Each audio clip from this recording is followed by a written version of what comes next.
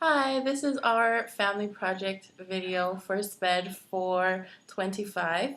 I'm Amanda, this is Donovan, and this is Marcy, and we're doing our project to heighten awareness and understanding for teachers on families with a family member with autism. Okay, so now we're going to talk about some key things that teachers should know when working with students with autism. Number one is a child needs to have structure and routine. So the teachers with students with autism should keep their child's world as predictable as possible, meaning that they have a set schedule and each day for the students to visually see and verbally be aware of.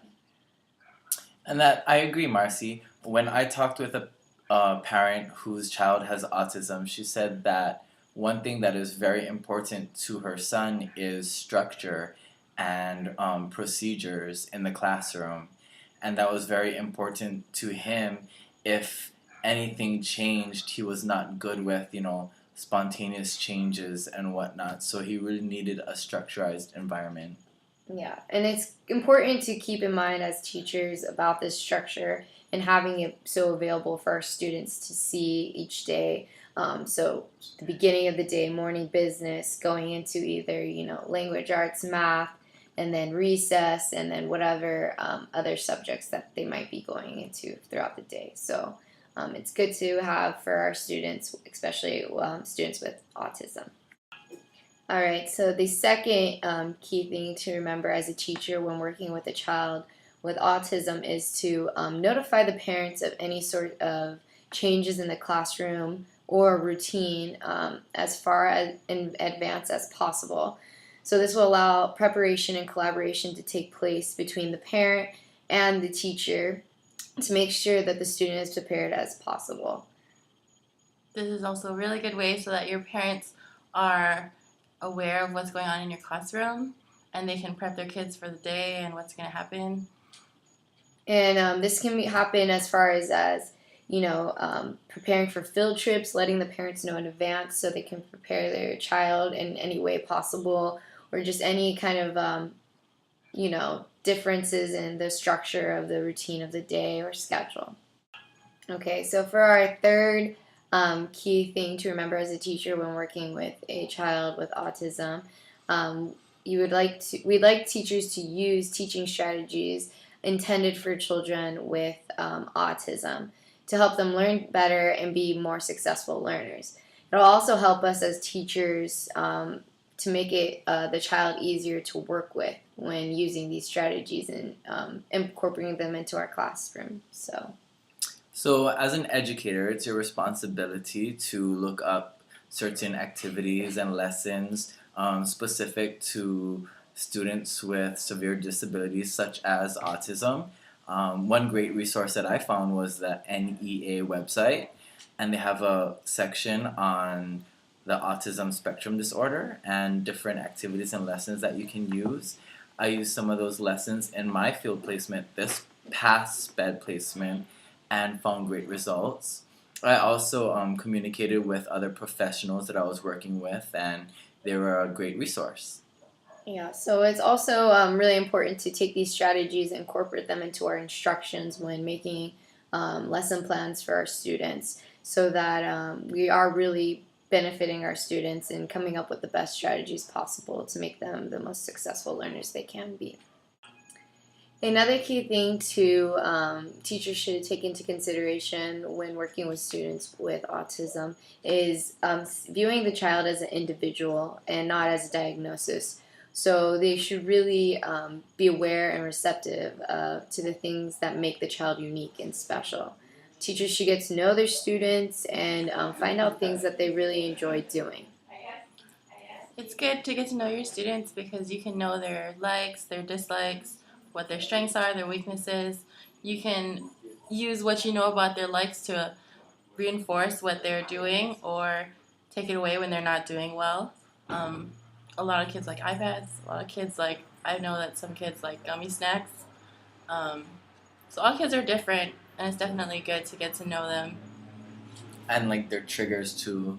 like what triggers certain behaviors and whatnot. That's very important. Yeah, it's also important to take into consideration hobbies that they might enjoy that are actually beneficial for their health, such as sports, and if a child enjoys swimming, playing soccer, or anything like that. So it's really good to know them as an individual.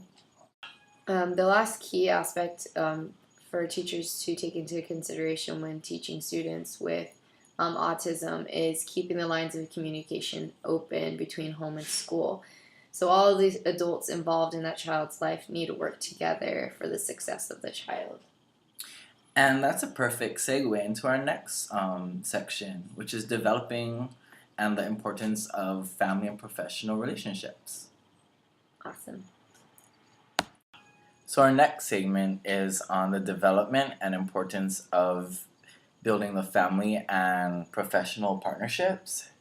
One of the main things discussed in our book is pretty much communication and creating a collaborative environment. So as an educator within your school, communicating with your team and also communicating with parents and bridging that gap so that interpersonal relationship is there, and so the parents feel very included as to what's going on in their student's day, and they feel comfortable communicating not only with yourself but with other professionals dealing with your student and their child. I've seen this before at a school that I did some field experience at, where a teacher would keep a communication log between herself and the parents that she would send home every day with the student that actually had a disability.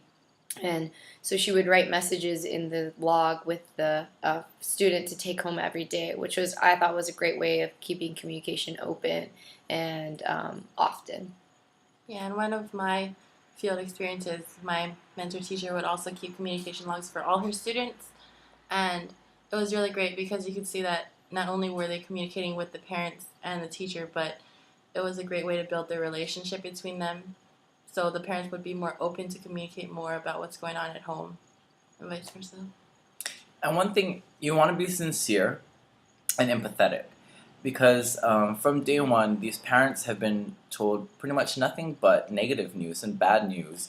So you really need to address the situation accordingly and be sensitive to those type of things.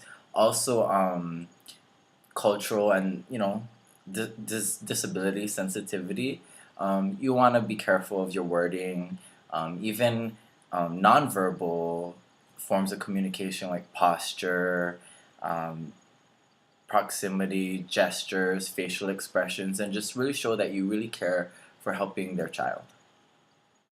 So next we have two scenarios of how to and how not to communicate with the parent about a child with a disability. The first example comes from our book, Not My Boy, and the second is just a better example of how to communicate with the parent and deal with the situation.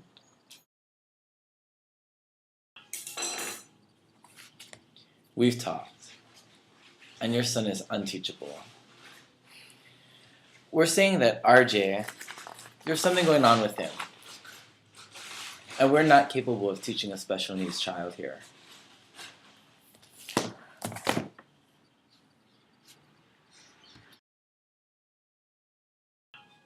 Hello, Mrs. Smith. Hi.